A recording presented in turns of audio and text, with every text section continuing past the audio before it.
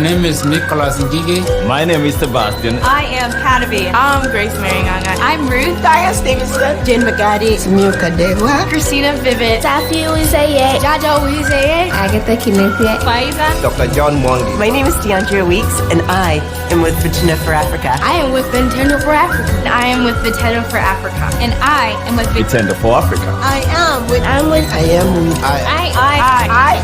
I am with Nintendo for Africa.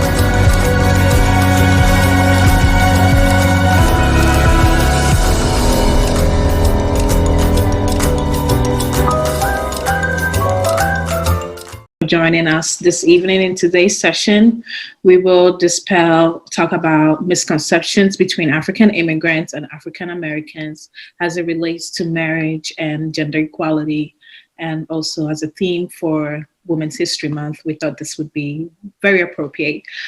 This idea was brought by through a partnership with Nintendo for Africa and Archway Missouri chapter of the Links Incorporated.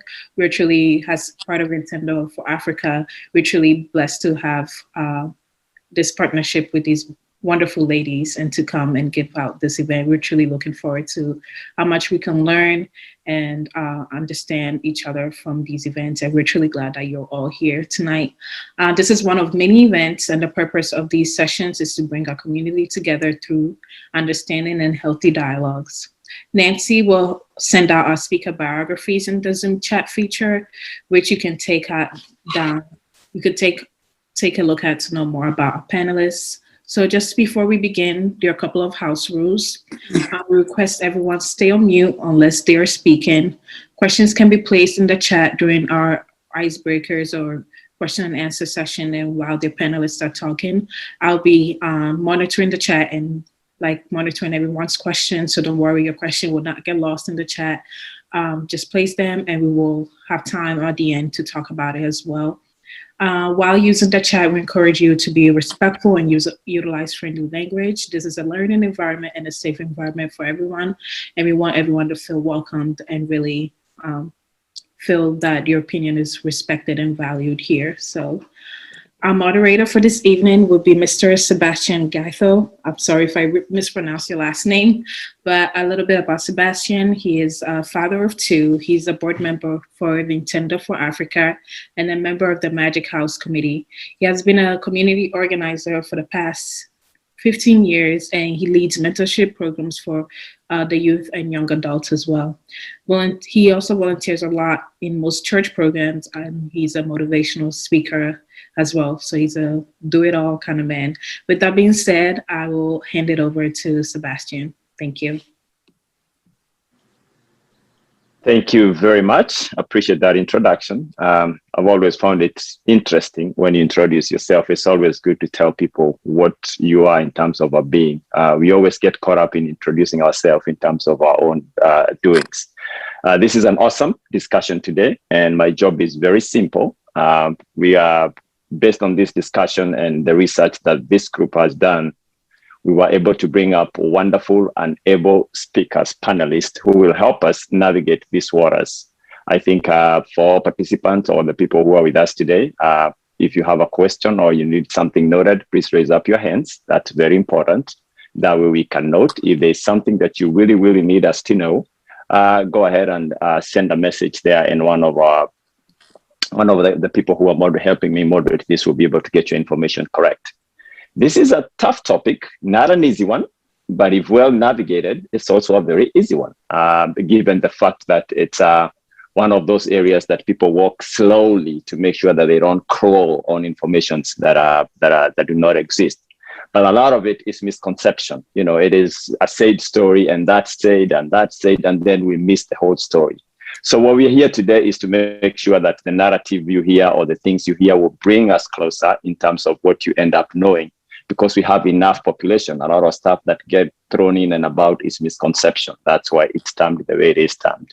So without taking too much of your time, I'm going to introduce our panelists today. And I'll just give you a little bit of their history, and I'll give them a chance just so you get to know them better. But I'll just give you a little bit of a little bit of who they are, just so you can get yourself ready. If you're with us today, I ask yourself to get a pen and a piece of paper. note your question down, because I think there's a lot of information that we'll be gathering today. And if you do yourself that, I'm sure you'll come up with a lot of information. Be open-minded. That's part of what blocks us sometimes to understanding. Be very open-minded. Don't be engraved in the stories that you've heard before about Africans, or the stories you've heard before about African Americans in terms of gender. Bring your mind wide open that way, because from here, we would like you to make a change to the environment that you attend to. And that is the purpose of such deliberations of this meeting. So, ladies and gentlemen, welcome. And our first speaker, her name is Malika Ibanga. Culturally curious. That's how we know her for. When somebody says, I'm curious about culture, that is the open-mindedness that you always want to invite in these topics. She's a mother of teenage Ghanaian African Americans residing in north suburb of Dallas. Professionally, she's an executive search consultant and gives visibility to executive leadership, seeking new career opportunities with employers seeking to attract and recruit talents to join organizations. Welcome, Malika Ibanga. Thank you.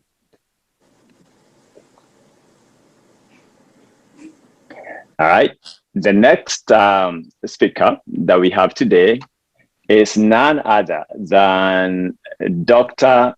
John Loom. This gentleman was born and raised in Gambia. He's a Pan-African. That's how I know him. And he has a tremendous patriotic love for his beloved country. He has been to a lot of countries, traveled the world quite a bit. So he's truly versatile with a lot of information when it comes to this country. He's worked in the United States, married and blessed with 4 boys. He's a father of 4 boys. The sons are serving in various fields of interests. So I'd like to invite Dr. John Loom. Thank you for the introduction. If I missed something that you would like to highlight, please feel free to highlight it. You have about a minute to highlight if I missed something. Thank you. All right. The next one I have is Arianna. This is who should have come first. Gibbons. She is a CFP, Certified Financial Planner. Don't we all need that? So in the midst of this discussion, she can always give you what you're looking for in terms of planning your finances.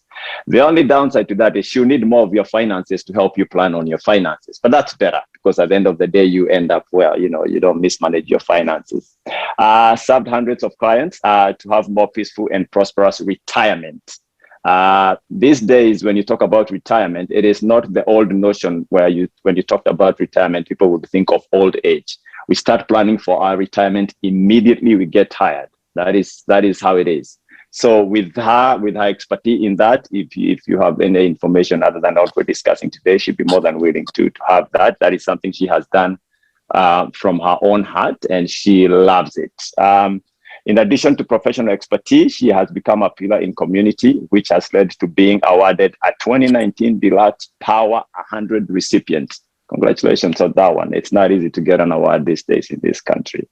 She volunteers consistently, dedicating her times to feeding the homeless and mentoring the youth. Takes upon herself each year to adopt a family for Christmas. Awesome. That is really good. That's what we are looking for. Now, all that said and done, I think she cares less about all that introduction that I have done. There is one introduction that she cares most about, and I'll make sure that I introduce that, because I think that's probably what she cares about. And very soon she will adopt another name, and you know what that means. She's not getting adopted by a family, but she's getting married to the love of her life, Nicholas Solanke. So congratulations on that one. So welcome, Arianna Gibbons. Hi, everybody. I am Arianna Gibbons. I'm so honored and thankful to be here with you tonight. And like Mrs. Sebastian said, yes, I'm so excited to be married in 10 days. And my future mom is on the line as well, Mrs. Arianna Solanke. Thank you for having me here today. Awesome. Welcome. Those are our panelists for tonight. Now, to bring you or to get everything going, while we're here, this is now bringing you to the icebreaker to understand the nitty-gritty of our conversation today. There are many misconceptions and commonalities between African and African-American cultures. The intention of tonight's panel is to highlight the commonalities that bring us together and to be appreciative of the differences within a culture. And in many instances, we are similar, and we all know that. But the misconception dispels us apart. Commonalities consist of family humor, entertainment, dining and coming together, the enjoyment of food together, and disciplinary actions from parents that are extended to children. I'm sure that is one area when you talk about the disciplinary when it comes to African and African Americans. That one I can attest to. It's a similarity. A term to lead the conversation then is Ubuntu. While visiting South Africa, I learned that about the concept of Ubuntu. In fact, Ubuntu is an ancient ethical and moral concept practiced by the Zulu and the Xhosa people of South Africa. Ubuntu simply means I am what I am because I am who we all are. And I think the key word here is all are, in the essence of inclusivity.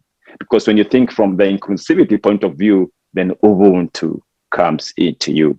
Ubuntu is a worldwide in which people can only obtain fulfillment through interacting with other people. Ubuntu represents a spirit of brotherhood and sisterhood across a vicinity and religious belief that unite humanity to a common purpose. Areas to illuminate the common origin and common existence of the descendants of Africa around marriage, relationship, and gender in the following. So we have family structure and gender roles. Africans value traditions and ancestral culture, which colonized the Western culture influence. Much deeper in America, African Americans. African Americans have moved away from its African heritage. But if you take only 2 generations ago, you can find more equal representation of our African family structure and gender roles, with the male leader as the financial provider and the head of household, with the female partner as the domestic leader and sometimes a financial contributor. This has probably moved a little bit further from now just being sometimes, because even when you look at the panelists and now most of the CEOs that we have, and most of African American women are also making that lead, we have a lot of them in that area now. But historically, when you look, there's a lot of similarities in the role that we as men played in Africa and the role that African men actually do play in this country. This idea of the nucleus family, wife, husband, and kid, is another colonial concept, not of the traditional African family descendants of Africa, affirmed to the involvement and engagement of a family house and extended family to support the family structure. And I think that is more evident in these 2 areas. Where in Africa, a family is extended. And that's why even when you get older, we don't have institutions like a nursing home, because we believe it is the responsibility of every family member to raise each member of the family. But that has a little bit eroded this country. And when we come here, we find it a little bit difficult. When it comes to the role of religion, church, this is the center for dividing the gender roles and what marriage looks like, men and a woman. Colonization is what separates African Americans from the traditional identity of what marriage and family look like. African immigrants mostly hold true to the traditional family structure, and on the continent have yet to adopt the current trend in family structure, spiritual, religious, in what drives the family. Because in the culture that we are in, for you to display love, they believe you probably have to kiss in public. Go to Africa, love is displayed otherwise. But now you've moved into a culture where probably if you don't do that, you don't love your wife enough, or you don't do that enough. And now in the struggle of trying to adopt, then you do uncomfortable things to people who are adopted to other culture. But when we start understanding ourselves, when we getting this together, African Americans and Africans, I think we can only get closer. And the only reason we grow apart is we don't take time to learn the history of the other people. So if we take a little bit of our time to adjust to the history of the other people, then we'll be able to do that. So again, use your hand. If you raise up your hand if you have a question. And now we'll move to the questions that we have for today.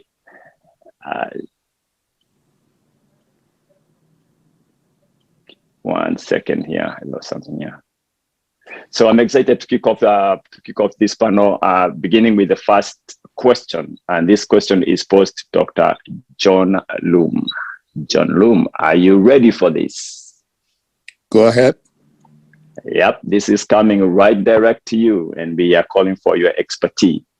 Describe your experience in getting married, or describe the process of dating, exploring interracial marriages. How is interracial marriages generally viewed among the Black diaspora?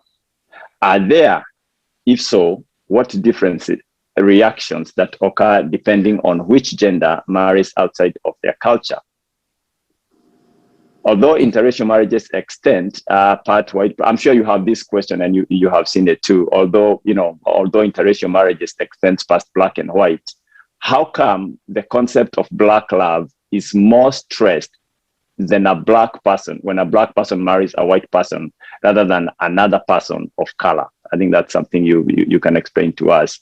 How come some African families do view in higher profile when somebody marries a white person as opposed to when they marry a Black person? The floor is yours. Okay, thank you. Now, I think when we talk of the African in the diaspora, we should define what we mean. Now, there is what we call the fourth generation. Those are the ones who came before from Africa. Those are described as the first generation. And the ones who are then born in America or Europe are termed as the second generation. Now, interracial marriage, conceptually, let me also say that marriage is family. It's not the nuclear understanding. Now, you are marrying in Africa to a family, not to an individual. You're marrying to a community, not an individual. And therefore, the culture plays a lot in the first generation immigrants, diaspora. Now, with the second generation, marriage is kind of has shifted because these are kids who are born in America and they assimilate into the American culture. These are all sociological concepts. Now, how interracial marriage is viewed, generally speaking, it is welcome. Because again, marriage is about family and family relational. The underlying concept here is relation, because we from Africa, the core basis of our survival is based on relationship. So that's one thing one has to understand. So that the interracial marriage, generally speaking, is welcome. And it varies from family to family. Now, I, as an African, I wouldn't mind my kids to venture into marrying another race, be it white or black or yellow or green. Now, I would emphasize that the culture, for me, as a first generation African immigrant, is core and integral to the survival of the marriage. You have to respect, you have to give honor to whom it is due. You have to respect the culture. You also have to respect the mother, the father, the extended family. Once these are done, then you will have a safe and joyous sail in that interracial marriage. Now, marriage, interracial, again, from the African perspective, women play a very important role. And so far, I haven't had anybody mention, even when we had a trial, women makes or break the marriage. The sisters, the cousin are key to the success of your marriage. If the sister or the cousins welcome the other party, then your marriage will be respectful. And the other party needs to recognize that. She needs to pay respect and honor to the sisters and the cousins for her marriage to survive and to be welcome. So I've said a lot, quite important stuff. But to answer the question is, generally speaking, interracial marriage among ethnic immigrants are welcome, because by nature, the African immigrants are very welcoming persons, individuals. Generosity, hospitality, these are some of the key values among Africans and African immigrants. So welcoming another race, welcoming another family to the new family is always a welcome gesture. So that would be my response. Thank you, Sebastian. Can you touch a little bit, because I see this still fell under your question, and I think there was the aspect of Black love in that question, because I feel somebody needed that. That's why it was posed. What is this aspect of Black love? And what is this notion that somebody is regarded to be of higher hierarchy when he marries white as opposed to somebody when he marries Black? If I'm married to a white person, in African culture, would I be thought of there's something in our group boys we call marrying high, or can you touch a little bit on that? Well, again, the white-Black marriage, conceptually, we've been colonized by Great Britain, most of Africa. So there is this elite concept that if you marry to a white, your status is raised. I mean, factually in this country, psychologically, when a Black marries a white, you give him some status. That is a done deal. I've seen this happen time and again in offices, in schools, universities, and so on and so forth. So there's this status element in marrying to a white person. And of course, again, the African generally would not look down on the white person because of the colonial mentality of higher status given to the white. So that's, communally speaking, that is my experience about white-Black marriage. There is a status, there is an element of, well, she's better, and therefore she'll be given some status. That's been my experience. Now, coming to the love, whoever came up with that concept, as you said in your introductory remark, we Africans, generally speaking, are very conservative.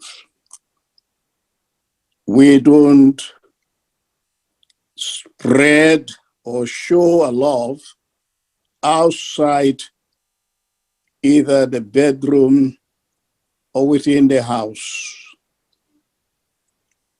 Love is understood in a different perspective, different way. Love in the African sense is, again, inside feeling and a mark of acceptance and gratitude. So it's not that I go around like you see here, people kissing in the open or hugging, or we don't do that. Because again, traditionally speaking, and I emphasize tradition, we are very conservative. So love is confined within the context of the home and within the context of privacy, not in public. That's been my understanding traditionally, and it's been my understanding and experience as I travel around. It is, again, I emphasize, love is not exposed or shared publicly because of our conservative nature of the African. Does that help? Awesome. Yeah, you did pretty good. And I thought it was important that you kind of, elaborate on that a little bit, because I think you've really emphasized why we have such dialogues, to understand the deep divisions or misunderstandings that exist. One first has to examine the background of the two groups. And I think that's paramount important, that you always examine the background of these groups in every decision that we make. And I agree with that. That's why I truly think it was important that you examine, that you dive a little bit deep on that one. And I appreciate your time and diligence in answering that question. Thank you so much. And I appreciate that. My next question is directed to Arianna. Get ready. Are you ready for this? I'm ready. Awesome. Even when women are encouraged to pursue education, independence, there ultimately comes a time where they are hinted at to slow down and make way for a man or family to become her purpose. How do Black cultures move into valuing women without placing their worth into the ability to attract a man? That's a loaded question. It is. And I'll start with prefacing it that I am coming from a younger generation. I'm 28. So my experience may be different from those before me and those coming after me. But for me, what was so important as me and my friends, my sisters, as we were growing up professionally in our careers and finishing our school, where we lean on the empowerment of the women around us. As we all uplifted each other and we don't need a man to feel purposeful. We don't need to feel like we have to be at this specific space in our lives to be fulfilling our purpose. We found our purpose within ourselves, what God placed us on this earth to do, and not necessarily our main goal is, okay, I'm 21, I'm graduating college, where's my husband? It's, no, what did God put me on this earth to do? Let me find my passion. Let me follow my dreams. And when God says so, he'll come into my life. And so I just lean heavily on the love of the women and my friends, my family surrounding me, and getting away from the older generations who feel like, all right, time ticking, you knocking 30, where the baby's at. just the support of those around you is very important to feel like, you know, I don't have to be here to be successful, or I don't have to be at this point to feel like I'm living in my purpose. We all have our own dreams, and having a man and a family may not be where you are at that time, and there's nothing wrong with it. So being very supportive and open-minded and uplifting to those around you, to me, is what's most important, to find your purpose and not feel like a man and a husband and children is what you were put on this earth to do. That's a good way of looking at it. I appreciate that. That is awesome. Do you think, while you continue to answer that question, do you think from what the discussion that we had before and from the previous question and from the icebreaker, from the monologue of this topic, that we emphasized heavily on Black people, rather African Americans and African themselves, giving more emphasis to family also gives you pressure as a woman, that because if you don't fulfill this role of the family itself, then you are not complete enough. And the only way we know, and you know, I know of fulfilling this role of a family is getting married and getting a man, then you feel pressured to go into that direction because you have grown knowing that. It's extreme pressure. My fiance here can tell you, when he met me, I was at a place in my life where I felt like I'm gonna be the traveling auntie, because I am focused on me and living my life and living my dream as a financial planner, because like you said, it's my passion. I love it. That's what I do. And so it was the pressures from everywhere else to make me feel like, you know, I need a family, I need to be married, that made me have to come into my own and understand and stand up for myself. Like, no, I don't have to be. I'll be happily single and okay. Because this pressure is from all around, especially grandparents are like, okay, I want to be a great grandma soon. I'm the oldest. I have a twin sister, but we're the oldest of her grandchildren. I'm the oldest of my mom's children. And so we're the only ones who don't have children at this time. So it's extreme pressure. And it was interesting to hear Dr. John's perspective as the woman is the success behind marriage. So that was an interesting perspective, but I understand as an older generation where that may have come from. But as for, you know, my marriage, the success isn't on me, it's on us and what we do together and how we build up our family together. But luckily our sisters and cousins love each other too. So that will help. But just not allowing outside pressures literally kind of break you and shape who you are. But it is a lot of pressure to feel like, okay, when you get married, you have your babies, now you've made it. So I like to get outside of that box where you make it, even if it's just one of you. Awesome. I think that's a pretty good answer. My next question will be directed to each of the panelists, beginning with Arianna and Malika, and then we'll end up with Dr. John. The question that I'm posing to you, and you know, you might be diving into stuff that we have already mentioned here, but many Black men are very uncomfortable and unsupportive when a woman is successful. I don't know about this question, but I think we'll jump into it. Maybe it's touching a raw nerve, but you know, that's why we bring these topics on. So let me read it. Many Black men are very uncomfortable and unsupportive. I don't know about many again, but we're here. It's successful in her own right. Many have not been raised to understand how to work alongside women rather than above women. How can Black men work to support women in roles that extend past traditional gender roles? We'll start with Arianna. So this one, it's pretty close to home for me, because it is, as you get older, as you get more successful. My friends and I, we all went to college and we all have like our professional lives and work very well together. But sometimes men can see that as intimidation, and we've experienced that trying to date and find, you know, a man that was okay with that. that was part of the reason why I felt like I'm just going to be a traveling auntie, because I just felt like it was a time where men just weren't supportive, where they felt like, well, you need to be at home, or you need to be this type of woman, or you work too much, or you do too much, you're too busy. I prefer that I'm supported, that I have the amazing man by my side. Love me and support me as I follow my dreams and my passions, and not be uncomfortable, and strong and proud in his own way, in his own self, and know that we're in this together, that we work together, we're still building together no matter what.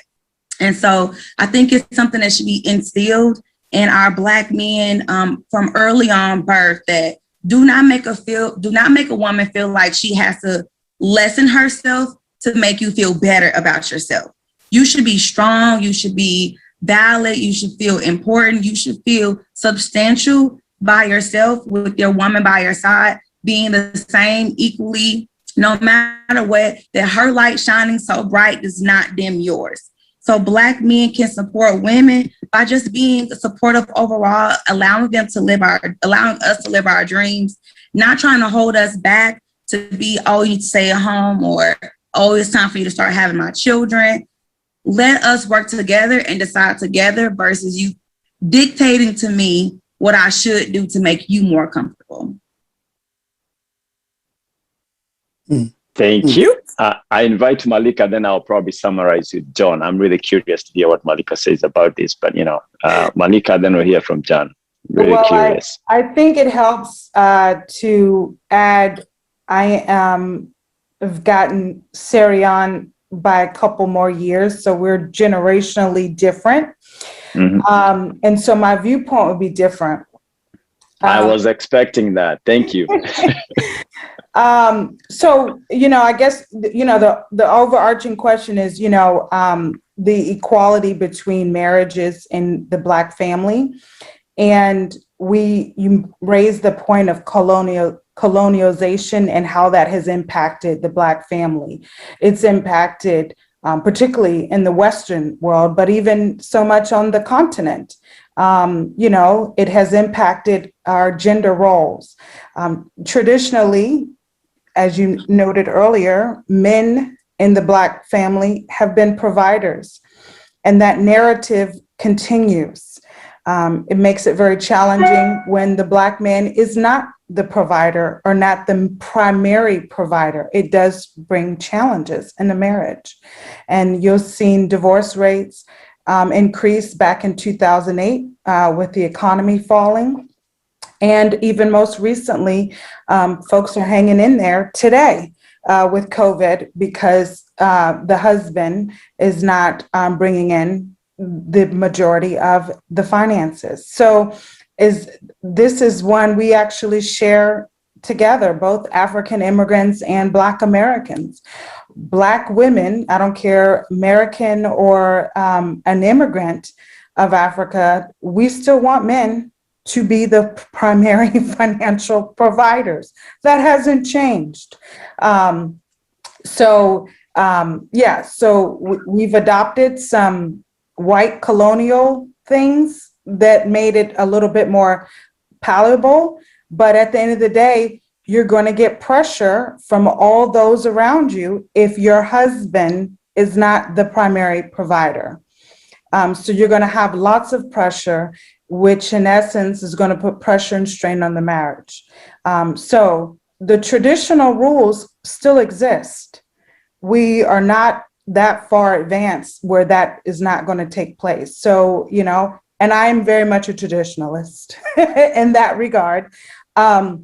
Your question in regards to supporting women as they progress, unfortunately in America, companies promote Black women. Colonizers have made this disparity even greater on the Black family. They have promoted educated Black women even more so, and their income is climbing much faster than Black men. And so it does put a strain on our families. I think all of this is due to colonization. We feel that we have to uphold and follow and assimilate and be like our neighbors, our co-workers, and we're assessing where we are in life based on where they are in life.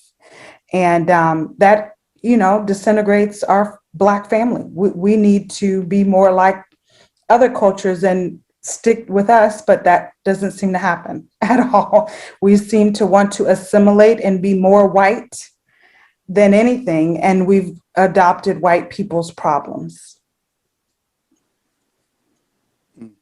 Awesome. All yours, John. Awesome. I think that's why I like these discussions. And I said, if you ever hold yourself back to such discussions, then you're limiting yourself to the stereotype that you've had before. Until now, we open you up in terms of the expansion and the lengths of information that we have, especially in such topics. So let's get your view, John. Thank you. I'm struggling with the question.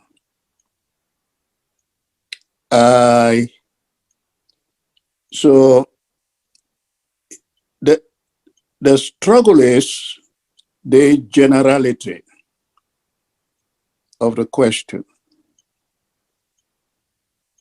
Now, I am a combination of a lot of stuff. So there is always an exception to the general rule. So I want to tweak the question itself, but also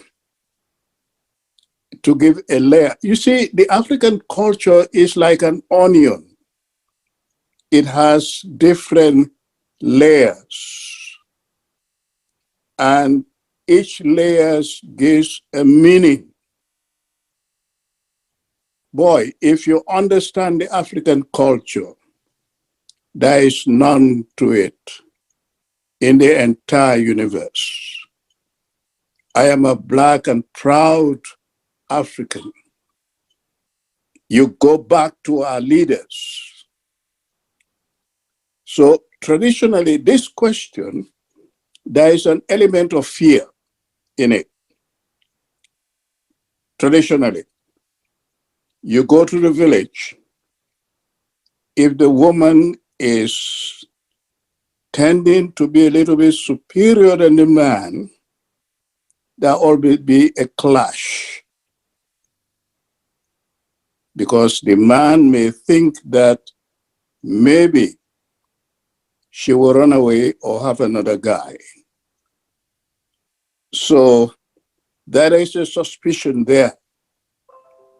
Hence, you see in the farming or the cultural setting, the man, when you work on foot, the man always takes the lead and the woman comes behind. I guess you've observed that. So this question goes back to the heart of the African culture. As African, we are always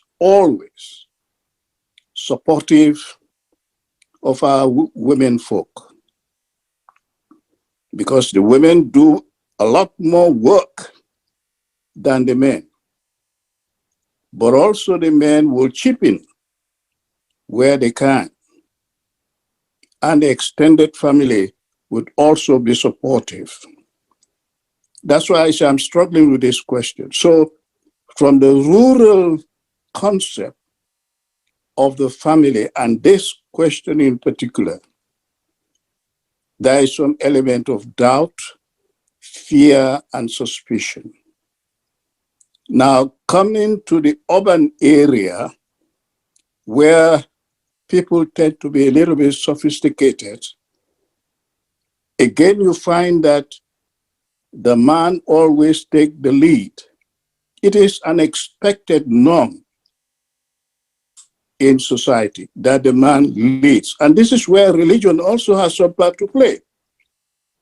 Traditional religion, the Judeo-Christian Islamic religion gives a lot of power to the man. The man must always be the provider. The man must always take the lead. The man must always be the defender of the family. Because we're given the concept that we are more stronger and more capable and more able. Now, when you come to the Western, so you see the layer in which I'm answering this question. First of all, I critique the question in the sense of its generality. And then I go to the village, to the urban, and to the Western. Now, in the Western, you, Sebastian, of course, you do help and support your wife. I've not been to your home, but I guess that is the case. So we don't lump all the responsibility on her, even though we, the man, are the provider. We tend to help. In my experience, I've been blessed to have been exposed. And every step to which God has blessed me, I've always thought of my wife as having the equal share of that in terms of institution, in terms of training, because it takes two. And this is where economics comes in too. There is an economic layer in this question. As you become sophisticated, you expect more. And the more that you expect, you need to be financially strong. And this is where you rely on your wife, your partner. Thank you. So I would say that in the West here, unless you are too traditional or selfish, the man will always want to give the same access of opportunity to the wife. Thank you. Yeah. Thank you. I admire the depth that all the panelists have dived into that. I think there was a lot of generality in the question itself, with ignoring the factors like socioeconomic factors, and also it's almost important to examine at what point did the women get into the employment sector, into the job market. World War II when men were gone. I think there was a lot of generality, but I like the way all of you have dived into this question because it has given us the perspective and the depth that we needed to see in this question. Because even when you go to biblical and say, the Bible says, he created both men and women. So equality, whether you go biblical or you go the other way, comes equal. It's about roles and staying on your lane. And also there's the leadership does not mean superiority. Thank you so much. That was very good depth in terms of that question. My next question will be directed to both Malika and Dr. John, beginning with, of course, ladies first. And I like the fact that it will be Malika because her perspective is giving us a deeper thought. The contrast is what I'm liking about this. This is an awesome discussion. How do we, as African immigrants living in Western culture, transition to adopting and including their traditions of courtship, marriage, and gender roles into ours, especially as that's what the younger generation offsprings are familiar with. Finding a way to uphold both cultures is especially important if we want to continue upholding our traditions. All yours, Malika. I know you got a good one for us on this one. Well, it's a great question because everyone here who's from the continent who have elected to be in America has to struggle with this question. It's near and dear to anyone who's involved with someone from Africa, like myself. I have a Ghanaian American son who travels every year to Ghana. And so it's something that we all have, if we're on this call, we have to deal with. and how we're dealing with it is varied. We're dealing with,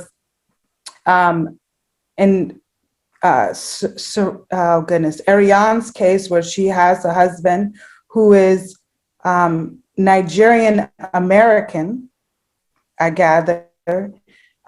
So he's lots of American influence, whereas I was married to a very traditional Ghanaian with no American influence.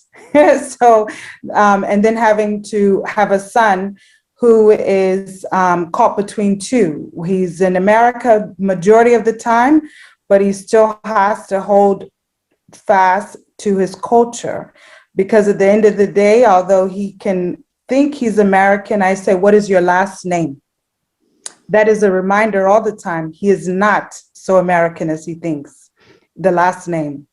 So to answer the question, I guess it's really about, one, what are your plans? Do you plan to be in America all your life? Do you have any plans of going back home? Because if you have no plans on going back home, this question is pretty irrelevant, meaning you can assimilate to all of what is American if you have no plans of going home. And many have elected to do that. They have landed in the States and have not gone back. So is it really relevant that they maintain any culture from back home if they don't even intend to go back home? And vice versa, for those of us who go home regularly, the culture is in us, and we are constantly going back and forth and navigating between the two. So if you're trying to uphold the culture, then you need to go home. You need to go home frequently, because if not, you're very American. Although you think you're not, you can watch your films, you can listen to your music, you can go to your parties, but at the end, in your soul and how you're going to rear your children, it's going to be very American. And it would be very difficult for you to rear children in America when they don't go home. Thank you. I knew you'll dive into that in a manner that would touch a very important aspect of that confusion in terms of the area that you truly want to feature in prominently. John, feel free to dive in. Well, let me define for you culture. Culture is custom. Culture is tradition. Culture is the outfit, the way you dress, your food, and etc. The community. Now, assimilation is a borrowed word. It's a borrowed word. It's a Western word. So we are confusing the West and Africa. In fact, the very sense of the question, you are forcing me to adopt a culture that is not mine. I like this question. So I will say, who are you to force me to assimilate? I am a Black, proud African. I cherish my culture. I cherish my custom. I cherish everything African. Right? I live in America, but I don't have to become an American in the sense of adopting the culture of the American. America doesn't have a culture. We're all a bunch of different people. We are a collection of many tribes, many groups. Now you come from Kenya, isn't it? I come from Gambia. And The next person may come from Ireland or Jamaica. So there is a fusion of so many cultures in this. There's no one monolithic culture in America. There is a diversity. So, and don't expect me, again, this is where I say, I make the distinction between first generation and second generation. I belong to the first generation. I do not need to change. I may, listen to this, I may appreciate some of the American stuff, but I don't need to buy into them. I give you an example. I have 4 boys, and my theory to them every day, for as long as you are under my roof by the grace of God, you are in Africa. When you move out of the house, the home, you are in America. Uncle Sam can tell you anything. It should end in the street, not in the home. So discipline, respect, honor, and the African food and culture must be maintained.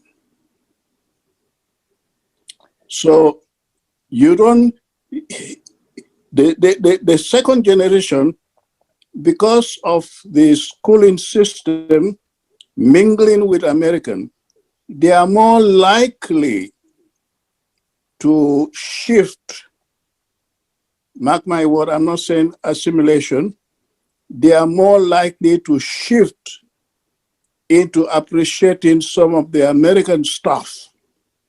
That is the second generation.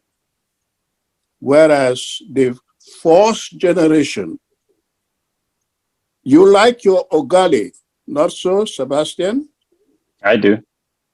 You would not go to the hamburger McDonald's to get McDonald's. You rather have your ugali. Sometimes I do because of my son. Well, that's a second generation, but you still like your ugali as a first generation. So that's the distinction. So the second generation are more easily slide into appreciating the African culture than the first generation, like myself, who was stuck and kept, because it's been good. True. Our values and our culture has been good. That's your identity that made you who you are. And today you are a gentleman. Thank you. I would have loved us to dive into that question just a little bit more, because I felt it was important that we address this also from the perspective of this other generation, the both generations that you're touching. So you can also touch the importance of whether there is a happy middle, because as much as I want to stay Kenyan, my son will probably, like you said, he's a second generation. He might not stay Kenyan because of the people that he mingles with every day. But due to time constraint, I will move to this other question. I'll probably just give it a minute, and I'll probably just give it a minute from both of you. I think it's an important question. That's why I don't want to dive into it, where I give you a chance to respond to it before we move to Q&A.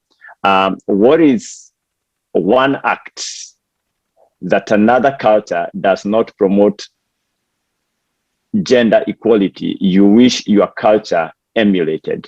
I don't know. What is one progressive act towards gender equality your culture can learn from other cultures in the African diaspora, Caribbean, Afro-Latino, African American, or other cultures that we have? And also on that one, and we can split it among the panelists, how has religion shaped culture in the African and African communities? And I think I'll ask Malika to respond to the first one. I'll give John a minute, and then I'll go ahead and ask Arianna to jump on the first one too. A minute each on that, then we can go to the Q&A. Starting with let me make Arianna. sure heard that question right. The question was about what can we take from another culture and adopt as our own? Yes. What's one act that one culture, that another culture does to promote gender equality you wish your culture emulated? Is it one thing that you see from another culture that you wish that our culture emulated? This for me is this sense of legacy. Okay. Africans operate in a sense of legacy. And I don't necessarily see that widespread in the Black American culture. And legacy comes from name, comes from leaving your imprint. From a gender perspective, it's usually down the male lineage, mostly. Yes, so, it's not as deep. It doesn't run as deep here. And I wish we could adopt that here. I wish the young men knew that at the end of the day, you carry this last name, that last name means something, and you need to make your mark in this world. I don't think that is cemented in the Black American families. Beautiful. That's a beautiful. That is actually something we can borrow quite heavily. Arianna. Yes. Me, I like to piggyback off what Malika said. I definitely think that is very important as far as the importance of legacy and keeping their family values. I also want to add community. So here in the Black community, especially in St. Louis, we have a lot of Black on Black crime.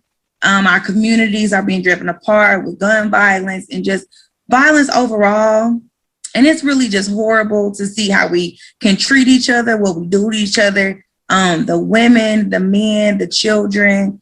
It's really sad. And so that's something that I would like for our Black community to be better at, as well as embracing, as I see in other cultures, more importance of community, loving each other, finding more peaceful ways to handle conflict versus just robbing, killing, stealing from each other, and just living together in more harmony, where I'm not, scared to go to the gas station at night by myself anymore. I shouldn't live with that fear. Yeah, awesome. Gas station at night by myself, because I just never know. So just being able to live in a more safe environment. Beautiful. That's good. Awesome. Dr. John Loom, if you want to jump to this, I know you have a very good, deep understanding of religion itself. Would you touch a little bit how you think religion has shaped culture in African communities? 1 minute, then I'll probably ask Malika or Arianna if they have something to add on the culture, on the religion in shaping. I know religion has a whole lot of story if we start diving deep into shaping culture, but I'll give you a minute to say something. Dr. John. Yeah, culture is a sociological phenomenon. Religion is not out of the blue. Religion was contextualized. The Jewish religion embraces the culture of the Jewish people. So religion itself has a culture in it. And that then has translated into influencing the community or the group that adopts that culture. So religion, whether it is African traditional religion or whether it is a Judeo-Christian religion, the religion itself, besides the theological element, it has its culture, its values, its ethics and morality. And all of that put together influences the adherents of that religion. It helps to shape them. You are, for example, Sebastian, a gentleman. Your Christian religion, the cultural side of it, has influenced you and shaped you to be a good person in the community. Thank you. I don't mean to cut you short, but I want to jump into the Q&A. I started getting dings in my back, hey, time going. So we'll jump into Q&A, but time allowing, we'll probably, zero back. I'm sure somebody might ask a question that allow us to dive into that a little bit. But we'll now just go to Q&A. If you have a question, please raise up your hands. I have a lot of people who are monitoring that, and they will call your name. It's okay if you want to direct a question to somebody specific who probably said something that you want clarified, or if there's a direction that you want that taken to. But it's now time for Q&A. Participants, please raise your hand in the Zoom function, and Ajoa will call you. So first of all, there are a couple of things that maybe we can go ahead and talk about in the chat. I think one question that was already posted in the chat is that the family struggle is as real. Men can be hoping that they can lead society, and religion has placed some rules on us, but how can we translate that ideal into our various life? Has our various life differ, and how can we make that make sense to us so that the man's interpretation of the law is not the only one we take, if that makes sense? And also, that person did agree with Dr. Bloom about how also economics have a say in how men can be more supportive of women in their roles. I don't know if this question makes sense, but maybe I think the person who posted was Dr. Anna Kenra. I'm so sorry if I mispronounced your last name, but if you're still here, maybe you could go ahead and talk about your question even more, or your statement even more.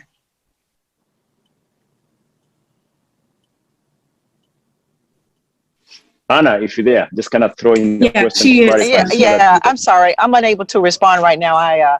My son has a rugby match, and I'm trying to get to it. It was I'm sorry, I'm unable to respond right now, and I will. I can text you, but I can't. Okay, thank you. Yeah. No problem. I appreciate you. I think the next person who raised their hand was Sarah.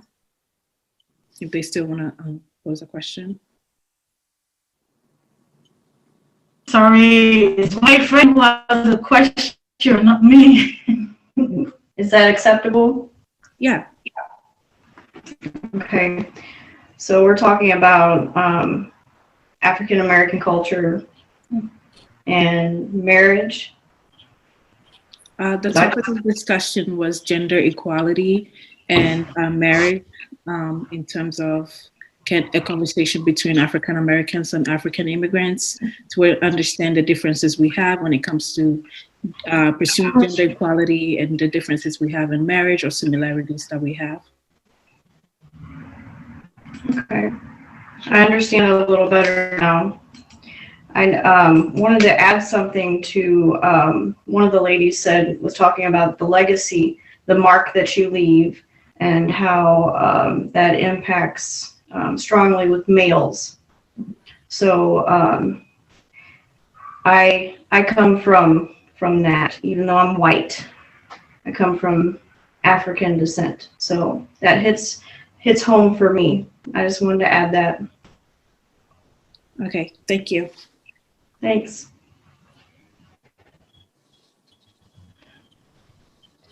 If anyone else has a question, they can freely raise their hand or let me know in the chat. And I'm not able to see everyone, but if you just put your name in the chat, I can also see who has a question. In the meantime, I have a question in particular for Dr. Bloom. At the beginning of the discussion, the first question, you stated something, and my question was, how come when explaining where the responsibility lies with making things work within an interracial relationship, most of the responsibilities lies within the woman getting along with sisters and cousins, etc. I just wanted to understand more of what made you have that particular perspective, rather than, and also what is the role, more if you could go more in depth about the role of that man in making things work within an interracial relationship.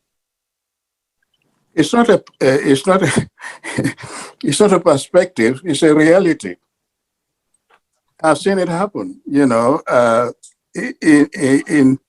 In Africa and also in the West here, there are different tribes that expects that in a intermarriage context, generally, and this puts a lot of burden on the woman, that you would first of all submit, subdue, and accept. There's an element of jealousy already because they want to be protective of their brother getting into marriage. They want to maintain that relationship with your brother so that when the brother goes to marry into a different tribe or ethnic group, he is bringing somebody into that family. So the sisters would expect you to listen to them, to respect them, and to work with them. That is where the maintenance of the stability of the marriage comes in. That's why I use the phrase, they can make or break. Now, their brother needs to be supportive of the wife so that, and you need to be strong to say to your sisters, hey, there's a shift now. I know you're my sister, but now I have a wife from a different tribe or an ethnic group. So the brother has a lot to do in helping to maintain that cordial relationship, because you bring somebody from the outside into that family. So the burden is on both sides. It's on the woman, it's also on the man. The man needs to be supportive of the woman. The lady also have to be very respectful of the sisters for the marriage to survive. And it's give and take, but also supportive, strongly. So it's not just a perspective, it's a reality. So we should find the man with no sisters. Sorry? Say that again. So one should find the man with no sisters. No. Is a joke. Yeah. It's a joke, but it's an important point. That's why I said marriage is not to an individual. It's to a family, it's to a community. So within the family, if you don't find a sister, you can find it within the community. Does that help? Yes, thank you very much. A couple of statements were said in the chat, especially regarding that last question about adopting and including traditions, and between, like you said, Dr. Lum, between the first generation, the second generation, and just trying to adopt the culture of where you live. So I'm gonna just read a couple of them out loud. One of our guests stated that maintaining culture is very important, whether going home or not, is the foundation of who we are as immigrants. Raising children in America is what makes them American. It becomes the dominant culture. Culture is custom, tradition, and environment.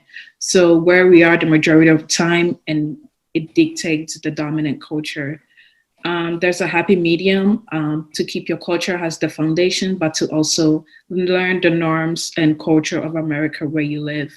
And that brings me to this question about in helping, not necessarily saying that one has to give up your culture or leave their culture and completely assimilate to where they live. But I think, especially as part of a younger generation, we are really working hard to find a way to put together and encourage both cultures moving forward. But we have to find a way that respectfully upholds our traditional culture, like our culture from our parents, but also the one where we live. So I was wondering if there are any tips that you concretely can have to help us do that. That can help. We have 3 hands too. Can I speak? Can I say something, Nora? please? Okay. Go ahead. Hi, everyone. My name is Arianna Solanke, and I listened to what Dr. John said, and I have to say, some of it I agree with, but like somebody mentioned on the chat that in Africa, our culture is very diverse. What sometimes happens in Kenya doesn't happen in Nigeria.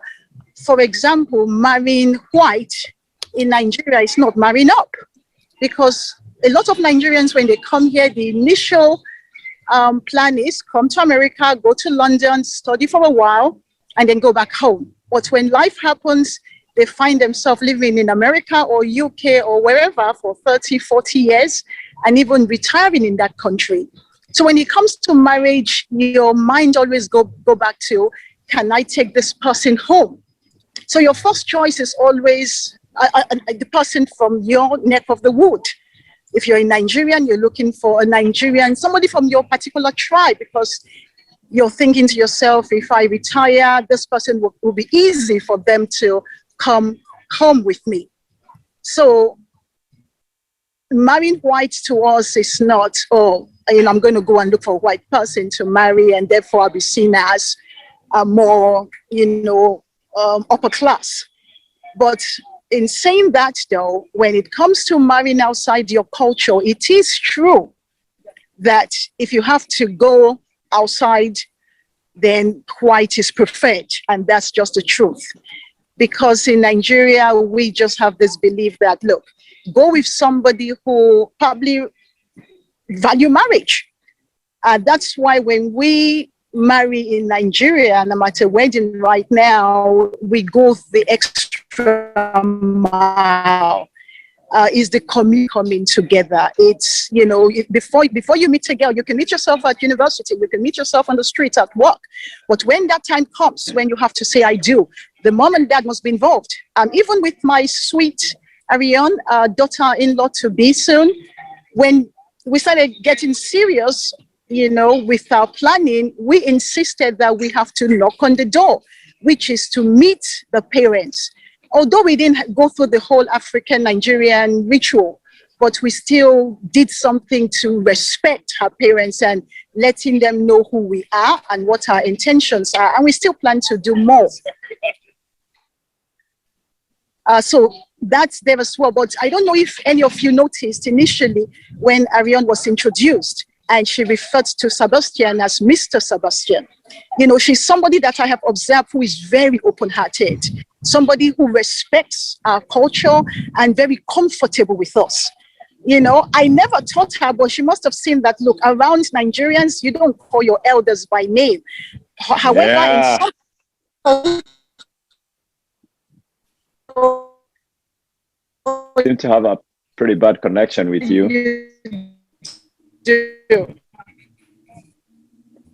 Ainara, we have a bad connection with you for some reason. Those little things are there, but what everybody has said, then I'm emphasizing. Okay. All right, I think we are, sorry, and I appreciate that. Thank you. That was a very good observation, because Africa is very diverse. So sometimes when you talk about Africa, somebody tends to group the whole place together. And I think it's good to also explain the differences that are there. I don't have a lot of time, but I feel it's very important that we get one question or two on this one. And I think I will jump to Charles Bryson. I know your hand has been up for a minute, and I think you make it very minimal, jump into it, then we can conclude this. And if the team finds it important to do that, we can jump into again. So Bryson, I'll probably take your question, and then from that, I'll hand it over to you. Go ahead. Well, thank you, and I certainly appreciate the opportunity. So I will be brief. The first thing is, this conversation actually is very similar to about 20 years ago or 15 years ago in the Bosnian community, and how they were trying not to be assimilated by the white community in South St. Louis. And they were talking about using religion, using the cultural center, using daycare, using whatever means they had to keep their culture alive, so much so that they said, we're not white, we're Bosnian.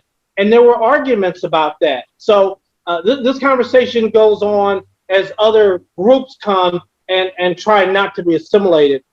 The second thing is, and I'll say this as a Black man, is one of the issues that Black men face is we have no power or control over anybody.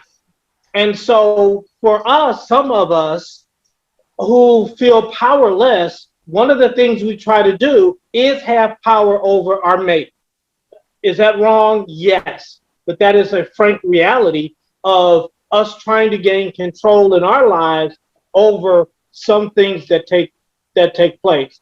So I think when we look at our culture, in Black culture, we also must have to understand the struggles that Black men have in trying to have control over their lives and over people, unfortunately.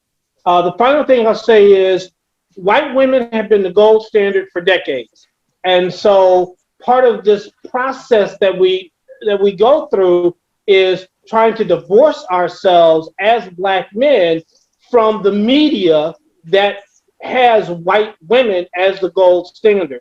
And that's only occurred in the last 20 years. So, and when we look at, and the one thing I will say, unfortunately, is hair. And Black men have difficulty with not being able to do what? Run your fingers through somebody's hair. That's the most ridiculous thing on the face of the earth, but that's a reality. And so I'll stop there.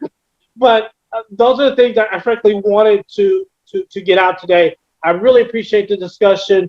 Glad it's being had. Thank you. Thank you. I think that was an important observation. I think you contributed heavily in this, and I truly appreciate that. I think the gap we have in terms of African Americans and Africans, and the reason why we have such discussions is that it closes a lot of economic opportunities that sometimes we can get into, both in Africa and in the United States. The more we bridge these gaps, the more we continue opening these opportunities, especially in economic and also growth in our families and our culture. So that is why these discussions are very important, and they go far and far beyond these discussions that we are having. But like we said at the beginning, it's very important for you to dig deep on every culture to understand where they are coming from. The perspective of Africans to a white person is a missionary. They came as a good person, colony, mentor, look like person who was helping them. Probably not. This side, we have a whole different perspective. So getting perspectives of every group of people brings us together. Our panelists, I'm delighted. Thank you for taking your time. Yes, sir. Can I say one more last thing? Yeah, but I really have to go. Yeah, 1 minute only. Okay. Like Jeffrey usually say, let's emphasize on the positive and what brings us together. Yes. We're one people. Let's keep an open mind and let's emphasize the commonality. Let us not be tempted to emphasize what divides us. There's Absolutely. a lot that brings us together. Mm-hmm. The African American and the African, we're one people. Let's continue to emphasize, embrace each other, and the world will be different. Awesome. I have to thank the panelists. Thank you for sparing your time to answer these questions. It's a tough topic, and I have to agree. And I think somebody did very well. There was, Arianna, that was very good compliments. You're already doing very well with your in-laws. So that was very good. You got some very good thumbs up on this one. especially from the other side. It helps. It helps. So thank you for all of you. Arianna, good job. Dr. John, awesome. Thank you for spending your time to dive into this topic. Malika, we are blessed by your presence in this topic. I think the diversity of our panelists truly helped us to dive into this topic the way we wanted to. Before I invite Geoffrey, if you'd like to be in the photos, we are going to take a group pictures. This is the only historical evidence we have for us to see what kind of a gathering we had today. If you'd like to be in the photo, please turn your camera on. They are going to take a group picture, and because you don't know which screen you're on, I think they're going to take them in panels. So if you'd like your picture taken, please turn your camera on. But I want to thank you so much for sparing your time and being with us tonight. We will probably have another one of this nature. But people, thank you. Ubuntu. I'm handing over this to Geoffrey now, and thank you for your participation. Geoffrey, it's all yours. And I think Giselle, you will guide us in terms of taking the picture. The picture has been taken. I didn't smile. I thought you said we have to smile. All right. Anyway, we'll redo our smile again. So Geoffrey, I am now inviting you to go ahead and close this segment. We are only 3 minutes late. That is awesome. That's good. Geoffrey, take it. Wonderful. I think that was a great conversation. I'm just listening here and I'm reading the text on the chat, and I'm like, this conversation should have started, I think, some years ago. And I think if we had this conversation a couple of years ago, I believe we'll be a little bit ahead in a lot of challenges we're facing today. Like Charles said, it's good to face the reality, and we better smell the coffee and do the right thing now. Thank you so much for the speakers. We appreciate you. Wonderful. Our moderator, Sebastian, you did a good job. We appreciate you. I know you've thanked everybody else, but nobody has thanked you. I want to take this chance to thank you. But also everybody who has contributed in the discussion, either on the chat or this chat, or even just being here. I think that is really powerful. Like I said, this is a great way for us to heal the nation. You may think that is small. Maybe we have few people, but I believe the conversation that you're doing, we're having now, it is going to have a great impact along the way for the people we interact with, the people we meet in our families, at workplace, at your checkout. It helps you to broaden up your perspective about different culture and how you see others. I'm sure you'll be able to see them as your brothers and your sisters, and you will be able to focus on what brings us together, what we have in common. John Maxwell puts it this way. He says that the 101% is that if we focus on 1%, the 1% that we agree upon, and we put 100% worth of our effort, we will be able to accomplish effort.